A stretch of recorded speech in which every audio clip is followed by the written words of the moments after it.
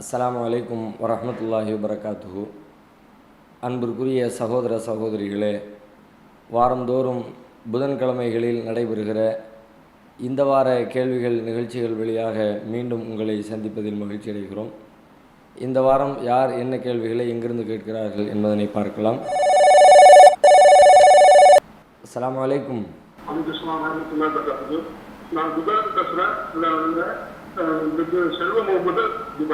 சொல்லுங்க, உங்க கேள்வி என்ன?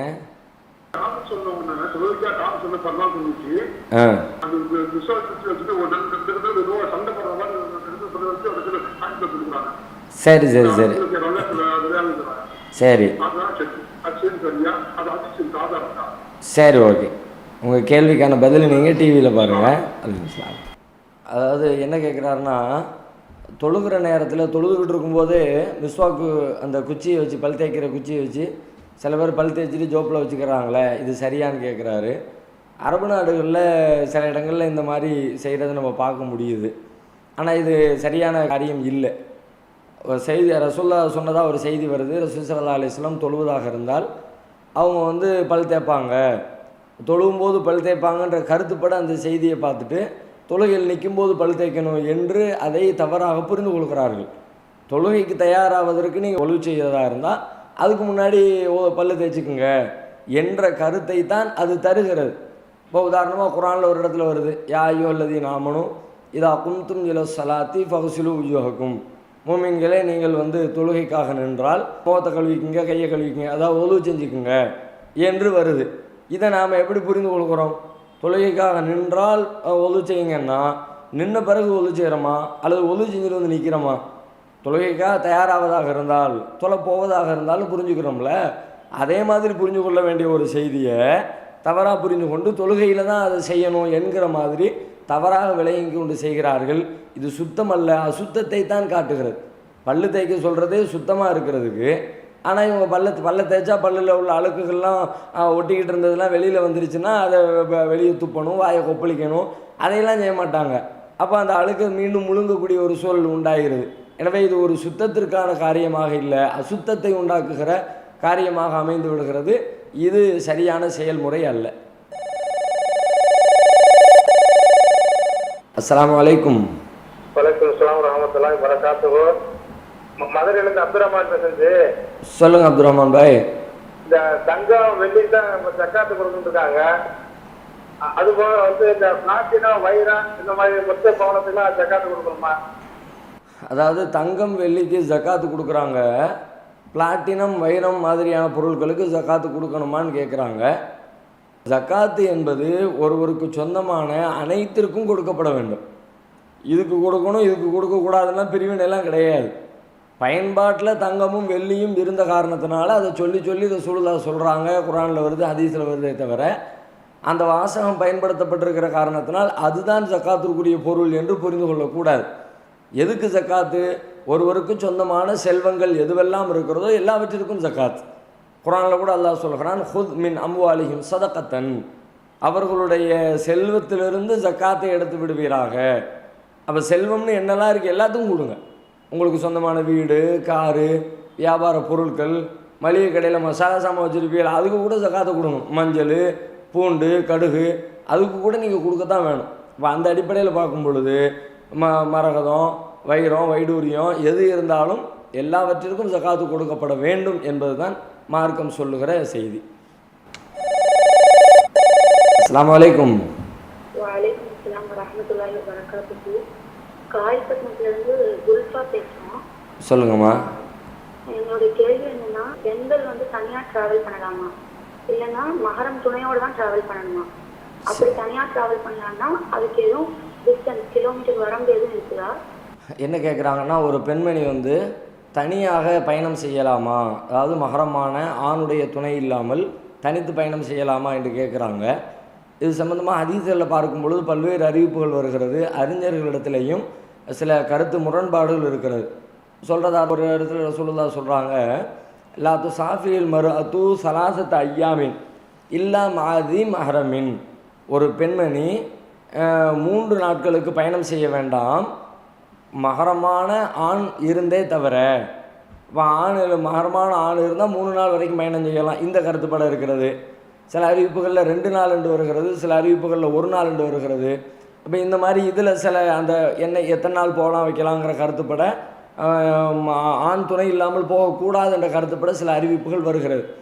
ஆனால் இது அனைத்தையும் நாம் இது சம்மந்தமாக வரக்கூடிய எல்லாவற்றையும் இணைத்து வைத்து பார்க்கிற பொழுது என்ன முடிவுக்கு வர முடிகிறதுன்னு கேட்டால், ஒரு பாதுகாப்பற்ற சூழல் இருந்தால் அது 1 நாள் பயணமாக இருந்தாலும் ஆண் துணை இல்லாமல் போகக்கூடாது, 2 நாள் பயணமாக இருந்தாலும் ஆண் துணை இல்லாமல் போகக்கூடாது, அரை நாள் பயணமாக இருந்தாலும் ஆண் துணை இல்லாமல் போகக்கூடாது. பாதுகாப்பான சூழல் இருக்குமானால் பெண்ணுடைய உயிருக்கு கற்புக்கு எந்த பிரச்சனையும் இல்லை அப்படிங்கிற ஒரு சூழல் இருந்தால் அவர்கள் தனித்து பயணம் செய்கிறதுல மார்க்கத்தில் தடை இல்லை. இதுதான் ஒட்டுமொத்தமாக நாம் விளங்கி கொள்ளக்கூடிய ஒரு செய்தியாக இருக்கிறது. என்ன கேட்டால், ஒரு செய்தியில் ரசூல் ஸல்லல்லாஹு அலைஹி வஸல்லம் சொல்கிறாங்க, பிற்காலத்தில் ஏற்படக்கூடிய மாற்றங்களை பற்றி சொல்லும் பொழுது, அதாவது இஸ்லாமிய ஆட்சி வந்ததற்கு பிறகு அது எப்படியான ஒரு மாற்றத்தை உண்டாக்க போகிறது என்று கேட்டால், சன்ஆ என்ற நகரத்திலிருந்து ஹலரமௌத் வரைக்கும் நீண்ட நெடிய இடைவெளியில் உள்ள ஒரு தொலைவரை சொல்ல குறிப்பிடுறாங்க. சன்ஆவிலிருந்து ஹலரமௌத் வரைக்கும் ஒரு பெண்மணி தன்னந்தனியாக புறப்பட்டு பயணம் செய்வால், லாதகாவு இல்லல்லா, அல்லாஹுவை தவிர வேறு யாருக்கும் பயப்படாதவளாக தனியாக பயணம் செய்து திரும்புவாள். அப்படிப்பட்ட ஒரு சூழல் ஏற்பட அதை நீங்கள் பார்ப்பீங்க அப்படிங்கிறாங்க. இதில் சூழலாக கெட்ட விஷயமா சொல்லலை, ஒரு சிறந்த விஷயமா நல்ல காரியமாக இப்படி ஒரு நல்ல மறுமலர்ச்சி ஏற்பட போகிறது என்ற அடிப்படையில் தான் ரசூல் ஸல்லல்லாஹு அலைஹி வஸல்லம் இதை சொல்லியிருக்கிறாங்க. அப்போ இந்த இதிலிருந்து நாம் விளங்குகிற சூழல் என்னன்னு கேட்டால், தனியாக பயணம் செய்யலாம், பாதுகாப்பான சூழல் இருந்தால். இப்படிப்பட்ட காலம் வரும்னு சொல்கிறதுலேருந்து என்ன விளங்குது, அவளுக்கு எந்த டிஸ்டர்பன்ஸும் இல்லாட்டி அவள் போயிட்டு வருவா. அந்த மாதிரி ஒரு சூழல் இருந்தால் நீங்கள் தனித்து பயணம் செய்யலாம். இல்லை பாதுகாப்பற்ற சூழல் இருக்கிறது என்றால் பக்கத்து தெருவாக இருந்தால் கூட நீங்கள் தனியாக போகக்கூடாது, தகுந்த துணைகளோடு தான் நீங்கள் செல்ல வேண்டும். அலைக்கும் ஸலாம் வரஹ்மத்துல்லாஹி வபரகாத்துஹு. வடகரையிலிருந்து சம்சல் சுதா பேசுகிறேன். சொல்லுங்கம்மா, உங்கள் கேள்வி என்ன? நோன்பு வைப்பதற்கு துவா ஓதி நியத்து வைக்கலாமா அல்லது ஓதாமலே மனதில் மட்டும் நியத்து கொண்டாலே போதுமா? எனக்கு விளக்கம் கொடுங்க. அதாவது நோன்பு வைக்கிற நேரத்தில் அதை நோன்பு வைக்கிறதுக்கு ஒரு துவாவை சொல்லி நீயத்தை வச்சு அப்படி வைக்கணுமா, அல்லது இந்த நீயத்தை மனதால் எண்ணிக்கொண்டால் போதுமானதான்னு கேட்குறாங்க. நீயத்து வைக்கிறதுன்னு சொல்லி ஒரு பழக்கத்தில் இருக்குதுல்ல, நவைத்து சௌமகதின் அன்னதாயி ஃபர்லி ரமதான ஹாதி ஹிசனத்தில் இல்லாஹி தாலா, இந்த வருடத்து ரமதான் மாதத்து ஃபர்லான நோன்பை இப்படியெல்லாம் சொல்லி இதை சொன்னால் தான் நோன்பு ஸ்டார்ட் ஆகுது, இப்படி சொல்லி தான் நோன்பு வைக்கணும் என்று பரவலாக ஒரு நம்பிக்கை இருக்கிறது, பலரும் செய்து கொண்டிருக்கிறார்கள். இது நபிகள் நாயகம் ஸல்லல்லாஹு அலைஹி வஸல்லம் அவர்கள் காட்டிய வழிமுறை அல்ல. ஏன்னா நியத்து என்றால் என்ன பொருள்? நியத்து என்ற வாசகத்துக்கே எண்ணுதல் என்று பொருள். எண்ணுதல்னா நினைத்தல், மனசுக்குள்ளே உள்ள அது வாயால் வார்த்தையாக வர்றதுக்கு பேர் நியத்து இல்லை, மனசுக்குள்ளே இருக்கணும். அந்த நினைப்போடு அந்த காரியத்தை செய்யணும். எந்த காரியத்தை செஞ்சாலும் நீயத்து அவசியம்ட்டாங்கிற சொல்லுதான். எந்த நீயத்து இல்லாமல் இன்னமல்ல அமலு நீயத், அமல்கள் எண்ணங்களின் அடிப்படையில் தான் அதற்கு கூலி கிடைக்கும். அதனால் ஒரு சரியான எண்ணம், இந்த காரியத்தை செய்கிறேன் அப்படின்ற எண்ணத்தோடு அதை செஞ்சால் தான் அதுக்கான கூலி கிடைக்குமே தவிர, அந்த எண்ணம் இல்லாமலே அதை ஒருத்தர் செஞ்சாருன்னா அது கூலியை பெற்று தராது. உதாரணமாக ஒருத்தர் குளிக்கிறாரு, குளிக்கிறவர் குளிக்கிற நேரத்தில் ஒது செய்யக்கூடிய உறுப்புகள் எல்லாம் கழுவப்பட்டு விடுகிறது. ஆனால் குளிக்கணும்னு குளிக்கிறாரு, ஒது செய்கிற எண்ணமோ ஒது செய்யக்கூடிய அந்த அதெல்லாம் ஒன்றும் அவர்கிட்ட இல்லை. இப்போ ஒது செய்கிற உறுப்பையெல்லாம் கழுவப்பட்டுருச்சே, அவர் குளித்தாலும் எதையெல்லாம் ஒது செய்யணும் ஒதுவை கழுவுவாரோ அதையெல்லாம் கழுவப்பட்டுடுச்சு, அதனால் அவர் ஒது செய்தவராக கருதப்படுவாரானா கருதப்பட மாட்டார். ஏன்னா இவருக்கு ஒது செய்கிற எண்ணத்தில் இவர் குளிக்கலை, அந்த குளிப்பில் ஒது செய்கிற எண்ணம் கலந்துருக்கலை, அதனால் இது உதுவாக எடுத்துக்கொள்ளப்படாது. இதே மாதிரி தான் எல்லா காரியங்களுக்கும், தொழுகையில் செய்யக்கூடிய எல்லா காரியத்தையும் ஒருத்தர் செய்கிறார், ஆனால் தொழணும்னு நினைப்பு இல்லாமல் செய்கிறார், அவர் தொழுதவராக கருதப்பட மாட்டார். அதே போல் நோன்பு வைக்கிற பொழுதும் நான் நோன்பு வைக்கிறேன் என்கிற எண்ணத்தோடு ஒருத்தர் அந்த அதிகாலை நேரத்தை துவக்கிட்டார் அப்படின்னா அவர் நோன்பு வச்சவராக ஆவார். இதற்கு என்று தனியாக இந்த துஆவையும் ரசூல் ஸல்லல்லாஹு அலைஹி வஸல்லம் அவர்கள் காட்டி தரவில்லை. வாயால் மொழிவது நீயத் என்ற பட்டியலுக்குள் இடம்பெற போவதும் இல்லை.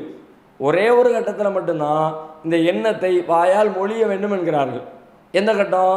ஹஜ்ஜுக்கு செல்கிறோம்ல, உம்ராவுக்கு செல்கிறோம்ல, அந்த ஹஜ் உம்ராவுடைய டயத்தில் மட்டும்தான் லப்பைக்க ஹஜ்ஜன், லப்பைக்க ஹஜ்ஜன் வ உம்ரத்தன், நான் ஹஜ் செய்ய வந்துட்டேன், இந்த உம்ரா செய்ய வந்துட்டேன் அப்படின்னு வாயால் அதை சொல்லுங்க என்று உள்ளத்தில் உள்ளதை வெளியே சொல்லுமாறு நபிகளார் சொன்ன ஒரு இபாதத்து ஹஜ் உம்ராவாகத்தான் இருக்கிறது. தொழுகைக்கோ நோன்புக்கோ அவ்வாறு சொல்லப்படவில்லை. நியத் என்று சொல்லப்படுகிற இந்த துஆ நபிவழிக்கு முரணான பிதாத் என்பதை, புதிய வழிமுறை என்பதை நாம் புரிந்து கொள்ள வேண்டும். அஸ்ஸலாமு அலைக்கும். நான் மன்னார்லேருந்து ராஜமன்னார்லேருந்து பேசுகிறேன் தீபிகா. நம்ம வந்து சாதாரணமாக வந்து ஒவ்வொரு மனிதர்களுக்கு வந்து 3 மலக்குமார்கள் இருப்பாங்க அப்படின்னு சொல்லி ஹதீஸ் படிச்சிருக்கோம். நான் எங்கள் பையன் வந்து இந்த நன்மைக்கு இருக்கிறவங்க 2 பேர், மலக்குள் மலக்குன்னு ஒருத்தவங்க நம்ம கூடவே வருவாங்க அப்படின்னு சொல்லி ஹதீஸ் இருக்கு. ஆனால் வந்து 5 பேர் இருக்காங்க நன்மைக்கு மேல்ற 5 பேர், மலக்குள் மலக்கு ஒருத்தர், முன்னாடி ஒருத்தவங்க பின்னாடி ஒருத்தவங்க வருவாங்க அப்படின்னு சொல்றாங்க. அது சரியா? அது என்ன அப்படிங்கிறத விளக்கம் கொடுங்க. மலக்குகளை பொறுத்த வரைக்கும் இத்தனை மலக்குகள் தான் இருக்கிறாங்கன்னு திட்டவட்டமாக சொல்லப்படலை. ஆனால் உங்களுக்கு கணக்குகளை எழுதக்கூடிய வலதுபுறமும் இடதுபுறமும் இருக்கிற சங்கைக்குரிய எழுத்தர்கள் அது சொல்லப்பட்டிருக்கிறது. அதுபோல் மலக்குள் மௌத்து ஒருத்தர் இருக்கிறாரு, அதுவும் சொல்லப்பட்டிருக்கிறது. பாதுகாப்புக்காக அல்லாஹ் மலக்குகளை நியமித்திருக்கிறான், அதுவும் சொல்லப்பட்டிருக்கிறது. ஆனால் இதுதான் இவ்வளவுதான், இந்த எண்ணிக்கை தான் என்று வரையறுத்து சொல்லப்படலை. அஸ்ஸலாமு அலைக்கும். நான் சென்னையில இருந்து பேசுறோம். சொல்லுங்க. இந்த கணவன் வந்து பள்ளிவாசல் கட்டுறதுக்காக பணம் கொடுக்கும்போது இந்த மனைவிக்கு குழந்தைகளுக்கெல்லாம் நன்மை வருமா? சரி. அதோட சேர்த்து சின்ன பிள்ளைங்க வந்து நோன்பு வைக்கிறாங்க இல்லையா, அந்த நன்மை வந்து தாய் தகப்பருக்கு வரும்போது அந்த குழந்தைகளுக்கு எப்போ நன்மைக்குமே எழுதப்படும்? சரி. அதாவது கணவன் செய்கின்ற தர்மத்தில் மனைவிக்கு மற்ற குடும்பத்தாருக்கு நன்மை கிடைக்குமான்னு கேட்குறாங்க. அவங்க அதுக்கு உறுதுணையாகவும் அதை செய்வதற்கு பின்புலமாகவும் தூண்டுகோலாகவும் இருந்தால் கண்டிப்பாக அதுக்குரிய நன்மைகளை அவங்களும் பெற்றுக்கொள்வாங்க. தர்மம் செய்கிறதே உங்களுக்கு விருப்பம் இல்லாமல் இருந்துச்சுன்னா அதுக்குரிய நன்மை கிடைக்காது. இவர்களும் தர்மத்தில் நமக்கும், ஏன்னா அவங்களுக்குன்னு தனியான வருமானம் இல்லை தானே, மனைவி இருக்குன்னு கணவருடைய சொத்து தான், அதிலிருந்து தான் மனைவி பொருளாதார நன்மைகளை அடைந்து கொள்ள முடியும். அப்படின்ற பட்சத்தில் அந்த பொருளாதாரத்தை பாதுகாக்கிறது, சிக்கனப்படுத்துறது, இந்த கணவர் தர்மம் செய்யணும்னு விரும்புகிறது, அதில் தனக்கும் ஒரு நன்மை வேண்டும் என்று ஆசைப்படுவது, இந்த மாதிரியான சிந்தனைகளோடு இருந்தால் கண்டிப்பாக அல்லாஹ் ரப்புல் ஆலமீன் கணவருக்கு கொடுப்பதை போன்ற நன்மைகளை மனைவிக்கும் கொடுப்பான் என்பதில் சந்தேகம் இல்லை. அப்படி நாம் தாராளமாக அல்லாஹ் மேலே நம்பிக்கை வைக்க வேண்டும். அடுத்து என்னென்னு கேட்டால், குழந்தைகளுடைய வழிபாட்டில் அதை செய்ய வைக்கக்கூடிய பெரியவர்களுக்கு தான் நன்மை கிடைக்குங்கிறாங்கல்ல. பருவமடையாத குழந்தைகளாக இருந்தாங்கன்னா ஒரு பெண்மணி வந்து கேட்குறாங்க ரசூலுல்லாஹ்ட்ட, அலிஹாதா ஹஜ்ஜுன், இந்த குழந்தைக்கு ஹஜ்ஜுண்டா அப்படின்னு ஹஜ்ஜு செய்கிற நேரத்தில் குழந்தைய தூக்கி காட்டி கேட்குறாங்க. அப்போ ரசூலுல்லாஹ் சொல்கிறாங்க, ஆமாம் உண்டு, வலைக்கு அஜ்ரும், ஆனால் உனக்கு தான் நன்மை உண்டு. ஏன்னா புள்ள ஒன்றும் புரியாது, அதுக்கு தெரியாது, அதை தூக்கி நீ தான் சுத்த போகிற, அதனால் உனக்கு தான் அதற்குரிய நன்மை உண்டுன்ட்டாங்க. இப்போ அவங்களுடைய கேள்வி என்னென்னா, பெற்றவங்களுக்கு தான் அவங்களுக்கு நன்மை கிடைக்கிறது இந்த காரியங்களினால் என்று சொன்னால் குழந்தைகளுக்கு எப்பொழுது அது எழுதப்படும் அப்படின்னு கேட்டால், அவர்கள் பருவ வயதை அடைந்த பிறகு எப்பொழுது அதை புரிந்து செய்யக்கூடிய நிலைக்கு வருகிறார்களோ அந்த நிலையிலிருந்து அவர்களுடைய கணக்கிலையும் அது வரவு வைக்கப்பட்டுவிடும். இதுதான் மார்க்கத்தில் 3 பேருக்கு எது எழுதப்படாது, எந்த பாவங்களும் தீமைகளும் எழுதப்படாதுங்கிறாங்க. அதில் ஒருத்தர் யாருன்னு கேட்டால், இவங்க பருவ வயதை அடையாத சிறுவர்களுக்கு அவங்க செய்யக்கூடிய காரியங்கள் எழுதப்படாது. ஏன்னா அவங்கள விரும்பி தேர்ந்தெடுத்து செய்யலை, அவங்க விருப்பம் இல்லாமல் அவர்கள் மீது நிகழ்கிறது. எனவே அதற்குரிய தீமைகளோ அவர்களுக்கு எழுதப்படாது என்று சொல்லப்பட்டிருக்கிற காரணத்தினால பருவ வயதை அடைந்து விட்டால் அவர்களுக்கு அவர்களுக்குரிய நன்மை எழுதப்பட்டு விடும். அஸ்ஸலாமு அலைக்கும். சொல்லுங்கம்மா. கேள்வி என்னன்னா, புகாரில 5738, 5839, 5740 இந்த 3 ஹதீஸ்லயும் கண்ணீர்ங்கிறது உண்மையும், கண்ணீருக்கு ரசூலுல்லா ஓதி பார்த்ததாகவும் ஓதி பார்க்கும்படி கட்டளையிட்டதாகவும் சொல்லப்படுது. இமாம் புகாரி இதுக்கு விளக்கம் கொடுக்கும்போது, சில கண்களுக்கு பொருட்களையும் உயிரினங்களையும் பாதிப்படைய செய்யற சக்தியை அல்லாஹ் கொடுத்துருக்கிறான் அப்படின்னும், அத்தியாயத்தையும் ரசூலா கற்றுக் கொடுத்த துவாவையும் சொல்லி ஓதி ஊதி அல்லாட்ட பாவமன்னிப்பு தேடணும்னு சொல்லி இருக்குது.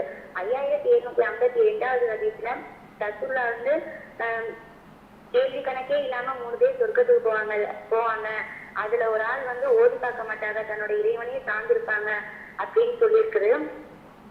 இதுக்கு வந்து இமாம் புகாரி விளக்கம் கொடுக்கும்போது கண்ணீருக்காகவும் விஷக்கடிக்காகவும் எந்த ஒரு நோயா இருந்தாலும் ஓதி பார்க்காம தன்னோட இறைவன் தனக்கு முழுமையான நிவாரணத்தை கொடுப்பான் அப்படின்னு இறைவனையே சார்ந்திருப்பாங்க அப்படின்னு சொல்லப்பட்டிருக்கு. இதுல வந்து மந்திரிச்சு ஓதுறதை பத்தி சொல்லல, குரானையும் ரசூலா கற்றுக் கொடுத்த துவாவையும் ஓதுறதை பத்தி தான் சொல்லி இருக்குது. இது வந்து இறை நம்பிக்கையோட முதல் படின்னு இமாம் புகாரி குறிப்பிட்டு இருக்கிறாங்க. இப்ப என்னோட கேள்வி என்னன்னா, ஓதி பார்க்க கூடாதா இல்ல ஓதி பார்க்காம இருக்கிறது தான் சிறந்ததா? அது ஒரு கேள்வி. இன்னொரு கேள்வி என்னன்னா, கண்ணீர் உண்மையா பொய்யான்னு தெரியும். சரி, ஓகே. 2 கேள்விகள் கேட்குறாங்க. ஒன்று என்ன கேட்குறாங்கன்னா, கண்ணேர் இருக்கிறதா அப்படின்னு கேட்குறாங்க. கண்ணேரை பொறுத்த வரைக்கும் அது இல்லவே இல்லை. ஆனால் ஹதீஸில் வருத இப்படியெல்லாம் புகாரியெல்லாம் ஹதீஸ் இருக்குதே அப்படின்னு கேட்டால் அதில் வந்து வேறு ஏதோ அதை சொல்லக்கூடிய ஆட்கள் ஏதோ தவறுதலாக அந்த செய்தியை சொல்லியிருக்கிறாங்க. அப்படி ரசூல் ஸல்லல்லாஹு அலைஹி வஸல்லம் சொல்லவில்லை என்று தான் நாம் முடிவுக்கு வர வேண்டும். ஏனென்றால் ரசூல் ஸல்லல்லாஹு அலைஹி வஸல்லம் தன்னுடைய சொல்லை பற்றி சொல்லுகிற பொழுது தான் சொன்னதாக ஒரு செய்தி, இதா சமஅத்துமுல் ஹதீஸ அன்னி, என்னிடமிருந்து நீங்கள் ஒரு செய்தியை கேள்விப்படுறீங்க, என்ன மாதிரி செய்தியாக இருக்கிறது? அதை கேட்டால் துன்கிருஹு குலூபுக்கும், உங்களுடைய உள்ளமெல்லாம் அதை வெறுக்கிறது, நடைமுறை வாழ்க்கைக்கு அது சிறந்ததல்ல என்று உணர்கிறீர்கள், உங்களுடைய ரோமக்கால்களெல்லாம் சிலிர்த்து கொள்கிறது, இது எப்படி அப்படிங்கிற மாதிரி உங்களால் ஏற்றுக்கொள்ள முடியாத கண்ணுக்கு எதிரிலே தெரிகிற உண்மைக்கு மாற்றமாக புறம்பாக ஒரு செய்தியை சொல்லிவிட்டு நான் தான் சொன்னேன்னு உங்கள்கிட்ட சொன்னால் நான் அதை சொன்னவன் இல்லை, ஏன்னா நான் அப்படி சொல்ல மாட்டேன், மனித இயல்புகளுக்கு முரணான நடைமுறை உண்மைக்கு மாற்றமான கருத்துக்களை நான் சொல்ல மாட்டேன் என்ற கருத்துப்பட நபி ஸல்லல்லாஹு அலைஹி வஸல்லம் அவர்கள் தன்னுடைய ஹதீஸ் என்றால் எப்படி இருக்கும் என்பதற்கு விளக்கம் அளித்திருக்கிறார்கள். அதை வைத்து சிந்திக்கிற பொழுது இந்த விஷயம் ரசூல் ஸல்லல்லாஹு அலைஹி வஸல்லம் சொல்லியிருக்க வாய்ப்பு இல்லை. ஏன் வாய்ப்பு இல்லை? கண்ணேர் ஒருத்தர் நல்லா இருக்கிறாரு, அவரை வியந்து ஆணு ரொம்ப இதில் பார்த்துட்டாங்கன்னா இப்படி இருக்கிறானே அப்படின்னு பார்த்துட்டா அவனுக்கு கேடு வந்துடும், அவனுடைய பொருட்களுக்கு கேடு வந்துடும். இதுதானே கண்ணேருங்கிறது, கந்திரிச்சிங்கிறது. ஒரு அழகான குழந்தை இருக்கிறது, இப்போ இவ்வளோ அழகாக இருக்க அப்படின்னு ஒருத்தர் வாய் பிளந்து பார்த்துட்டாருன்னா புள்ள நோய் நொடியில் படுத்துருங்கிறாங்க. ஒரு பெரிய வீடு ஒருத்தர் ஒன்று கட்டியிருக்கிறாரு, என்னம்மா கட்டியிருக்கிறாயா அப்படின்னு வாயை பிளந்துக்கிட்டு பார்த்தாங்கன்னா உடனே வீட்டுக்கு பிரச்சனை ஆயிரும். அதனால் பிள்ளையனுடைய அழகை கெடுக்கிறதுக்காக வேண்டி கழுத்தில் ஒரு கருப்பு, கன்னத்தில் ஒரு கருப்பு மைய வச்சு விடு, வீட்டுடைய அழகை கெடுக்கிறதுக்காக வேண்டி வீட்டு வாசலில் ஒரு பூசணிக்காய் கட்டி தொங்க விடு, அதில் ஒரு சோளக்காட்டு பொம்மையை கொண்டு வை, இப்படியெல்லாம் செஞ்சு அதனுடைய அழகை கெடுத்து யாரும் வாய் பழக்க விடாமல் பார்த்துக்குங்க என்றெல்லாம் செய்யப்படுகிறது. இப்போ பாருங்கள், இது செஞ்சாலும் செய்யாட்டியும் நல்ல குழந்தைகளை பார்க்கலையா நம்ம? இது செய்யப்படாமல் குழந்தைகள் எத்தனையோ பேர் பார்த்து ஏங்குற அளவுக்கெல்லாம் அழகிய குழந்தைகள் இருக்கிறாங்க, நல்லா இருக்கிறாங்க. அழகிய வீடுகள் கட்டப்படுகிறது, நல்லாவே இருக்கிறது. அழகிய வாகனங்கள் வீதிகளில் செல்லுகிறது, நல்லாவே சென்று கொண்டிருக்கிறது. நல்ல உடல் பலம் உள்ளவர்கள், அவங்களுடைய உடல் வலுவோடு இருக்கிறாங்க, அவங்களுடைய உடலை உலகத்துக்கெல்லாம் காட்டுறாங்க. அவரை பார்த்து என்னமா இருக்கு, உடம்பு வச்சிருக்கிறாரியா, கட்டுடலாக இருக்குது அப்படியெல்லாம் ஆயிரக்கணக்கான பேர் வாய் வளர்ந்து நிற்கிறாங்க, கண் போடுறாங்க. ஆனால் அவங்களுக்கு எந்த கேடும் வரலைங்கிறத கண்ணுக்கு முன்னாடி பார்க்குறோமே, கண்ணுக்கு முன்னாடி தெளிவாக நிரூபிக்கப்படுகிற ஒவ்வொரு மனிதனும் அறிந்து உணர்ந்து கொள்கிற ஒரு செய்தி இருக்கும் பொழுது அதுக்கு மாற்றமாக ரசூலுல்லாஹ் சொன்னாங்கன்னா எப்படி சொல்லுவாங்க? அது எப்படி ரசூலுல்லாஹ்வுடைய சொல்லா இருக்க முடியும்? ஆகையினால அது எந்த ஹதீஸ் நூலில் இடம்பெற்றிருந்தாலும் நபிகள் நாயகம் ஸல்லல்லாஹு அலைஹி வஸல்லம் அவர்கள் இவ்வாறு சொல்ல மாட்டார்கள் என்று முடிவெடுப்பது தான் நம்முடைய ஈமானுக்கு பாதுகாப்பான ஒரு அம்சமாக அமையும். அஸ்ஸலாமு அலைக்கும். பேசுறேங்க. இப்போ வந்து பாத்தீங்க அப்படின்னா ஒவ்வொரு பயான்ல வந்து சொல்றாங்க, ரசூலுல்லாஹ்வே வந்து செய்வன செஞ்சு வச்சிருந்தாங்க முதல்ல அப்படின்னு சொல்றாங்க. இப்போ இந்த செய்வன அப்படிங்கிறது வந்து இருக்கா இல்லைங்களா? ரசூலுல்லாஹ்வுக்கே செய்வன வச்சதாக ஹதீஸில் எல்லாம் வருதுங்கிறாங்க. அப்படின்னா செய்வனங்கிறது இருக்குதா இல்லையா அப்படின்னு கேட்குறாங்க. செய்வன கிடையவே கிடையாது. இது மாதிரி சில ஒரு ஆளுக்கு மந்திரம் பண்ணி அவருடைய பொருட்களை பயன்படுத்தி காலடி மண்ணை பயன்படுத்தி அவருக்கு கேடு விளைவிக்கிறது அப்படின்னு சொல்கிறாங்கல்ல, இந்த மாதிரி செய்வினை என்பது உலகத்தில் கிடையவே கிடையாது. யாரும் யாருக்கும் செய்ய முடியாது, ரசூலுல்லாஹ்வுக்கு செய்யப்படவும் இல்லை. ரசூலுல்லாவுக்கு செஞ்சதாக புத்தகங்களில் பதிவு செய்யப்பட்டிருக்க தப்பான செய்தி அது. ரசூலுல்லாவுக்கு செய்யப்படவே இல்லை. ஒரு மனுஷனை இந்த மாதிரி செய்ய முடியும்னா இது இறைவனுடைய ஆற்றலில் உள்ளது. ஒரு மனுஷனுக்கு இன்னொரு மனுஷன் கேடு செய்கிறதா இருந்தால் எப்படி கேடு செய்யணும்? குறிப்பிட்ட பொருட்களை அதுக்குரிய காரண காரியங்களோடு. இப்போ கையை காலை உடைக்கணும்னா காலை உடைக்கிறதுக்குன்னு சில வேலைகள் இருக்குல்ல, கம்பெடுத்து அடிக்கணும், அருவாள் எடுத்து வெட்டணும், டூ வீலர் கொண்டு முட்டணும், இந்த மாதிரி என்னத்தையாவது செஞ்சால் அவன் காலை உடைக்கலாம். இது எல்லாருக்கும் தெரிஞ்ச செய்தி தானே. இந்த மாதிரி ஒரு மனுஷங்காலை உடைக்கிறதுக்கு என்னென்ன வழிமுறைகளை பயன்படுத்தலாம் என்று இருக்கிறதோ அதை பயன்படுத்தி ஒரு மனுஷனுக்கு கேடு செய்யலாம், காலை உடைக்கலாமே தவிர அதில் உள்ள எதையுமே செய்யாமல் அதுக்கும் இதுக்கும் சம்பந்தமே இல்லாத ஏதோ ஒரு இடத்துல போய் உட்கார்ந்து கொண்டு அவன் பயன்படுத்திய பொருட்களை வைத்து கொண்டு அதில் சில துவாக்களை மந்திரங்களை ஓதுவதன் வழியாக அவனுக்கு கேடு ஏற்படுத்தலாம் என்று நினைப்பது என்பது அது மனிதனுடைய ஆற்றலே கிடையாது. சம்பந்தமில்லாத சில சொற்களின் வழியாக ஆகு என்று சொன்னால் ஆகிவிடுவது. இந்த மாதிரியாகவெல்லாம் நன்மைகளையோ தீமைகளையோ உண்டாக்குகிறவன் இறைவன் தான். அவனுக்குரிய ஆற்றலை அவன் உலகத்தில் யாருக்கும் பங்கு வைத்து கொடுத்ததில்லை, கொடுக்க மாட்டான். அப்போ செய்வினை என்பது இறைவனிடம் இருக்கிற அந்த பண்பை, இறைவன் செய்யக்கூடிய அந்த வேலையை இறைவன் அல்லாத இன்னொருவர் செய்வதை போல சொல்கிறது. குர்ஆன் இறைவனை பற்றி நமக்கு என்ன சொல்கிறது? வலம் யகுல்லஹு குஃபுவன் அஹத், அவனை போல எதுவும் இல்லை, யாரும் இல்லை. அப்போ அவன் ஒரு காரியத்தை செய்கிறான்னா அவன் செய்கிற மாதிரி உலகத்தில் செய்கிறதுக்கு யாரும் கிடையாது. அப்படி தான் ஒரு முஸ்லீம் நம்பணும். செய்வினையை நம்புனீங்கன்னா உல்டாவாக நம்பிடுவீங்கன்னு அர்த்தம். இல்லை, அல்லாஹ் ஒரு காரியத்தை எப்படி செய்வானோ, ஒருத்தனுக்கு எப்படி கேடு தருவானோ, அது மாதிரி மனுஷன்லையும் சில பேர் இருக்கிறாங்க, அவங்களும் கேடு செய்வாங்க என்று அல்லாஹ்வுக்கு இணையாக இவர்களை ஆக்குகிற ஒரு குற்றம் உண்டாகி விடுகிறது. அப்படிப்பட்ட ஆற்றல் அல்லாஹ் கொடுக்கல. அதனால தான் நம்ம கேட்குறோம், நெசமாக அப்படிப்பட்ட ஆற்றல் இருக்கிறது என்று சொன்னார்.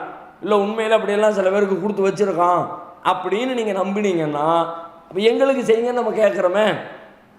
இப்போ கண்ணுக்கு முன்னாடி எங்களுக்கு செஞ்சு காட்டு, உனக்கு என்ன வேணும்னு நாங்கள் தர்றோம். அப்போ யாரும் செய்ய காணும். சவால்லாம் விட்டோம். 2 வருஷத்துக்கு முன்னாடி ரமலானில் இது மாதிரி ஊரெல்லாம் போஸ்டர் அடித்து ஒட்டணும். யார் இது மாதிரி செய்கிறாங்களோ, எங்களுக்கு செய்வனம் பண்ணி கேடு விளைவிக்கிறாங்களோ அவங்களுக்கு 50 லட்ச ரூபா பரிசுலாம் அறிவித்தோம். யார் வந்தால் யார் செஞ்சா 5000 ரூபா 10,000 ரூபாய்க்கெல்லாம் செய்வனை செய்கிறோம்னு போர்டு மாட்டிக்கிட்டு உட்காந்துருக்கிறவங்க மொத்தமாக லாட்டாக 50 லட்ச ரூபா கிடைக்குதுன்னா ஓடி வரணும் தானே. அவங்களிடத்துல அந்த ஆற்றல் இருந்தால் வந்திருப்பாங்க. இல்லை, யாரிடத்துலையும் இல்லை. ஏமாத்துறாங்க. மக்களுடைய அறியாமையை பயன்படுத்தி கொண்டு அவர்களை ஏமாற்றுகிறார்கள். எனவே செய்வினை என்பது அறிவு ரீதியாக சிந்தித்தாலும் இல்லை, மார்க்க ரீதியாக சிந்தித்தாலும் இல்லை, நபி ஸல்லல்லாஹு அலைஹி வஸல்லம் அவர்களுக்கு செய்யப்பட்டதாக சொல்வதும் இல்லை. அதுவும் தவறான ஒரு செய்தி. செய்வினையின் காரணமாக இன்னும் சொல்ல போனால் அதில் என்னெல்லாம் வருது? ரசூலுல்லாஹ்வுக்கு செய்வினை செய்தது என்பது அவங்களுடைய புத்தியை பேதலிக்க செய்து விட்டது என்ற அளவுக்கு அதில் சொல்கிறாங்க. அவங்க ஒரு காரியத்தை செய்வாங்க, செய்யலாமாங்க, செய்யாத காரியத்தை செஞ்சுட்டேன்னு நினைக்கிற அளவுக்கு அவங்களுடைய வாழ்க்கை இருந்துச்சு இந்த செய்வினையினால் அப்படியெல்லாம் சொல்கிறாங்க. எப்படி அல்லாஹ்வுடைய தூதர் அல்லாஹ் இந்த நிலையில் வைப்பானா? அப்படி வச்சா அந்த காலகட்டத்தில் அருளப்பட்ட திருமறை குர்ஆனுடைய வசனங்களுடைய நிலை என்ன? அப்போ சொல்லப்பட்ட மார்க்க அறிவுரைகளுடைய நிலை என்ன? இஸ்லாம் என்பதே ஒரு கேள்விக்குறியானதாக மாறி போயிடும். அதனால் ரசூலுல்லாஹ்வுக்கு செய்யப்பட்டதாக சொல்வதை நாம் நம்பக்கூடாது. உலகத்தில் யாருக்கும் செய்ய முடியும் என்றும் நாம் நம்பக்கூடாது. அது பொய்யாக வாதிடப்படுகிற ஒரு பொய்யான கலை. பெண்கள்கிட்ட அதிகமாக இருக்கக்கூடிய ஒரு குணம் பிற மக்களை கேலி செய்வது, புறம் பேசுவது, அடுத்தவர்களுடைய குறையை ஒரு பெரிய ஒரு விவாத பொருளாக ஆக்கி அதை பேசுவதிலேயே தங்களின் பெரும்பாலான நேரத்தை செலவழித்து அதன் மூலம் சுகம் அடைவது. இதுவெல்லாம் ஒரு முஃமினான பெண்மணிக்கு அழகா?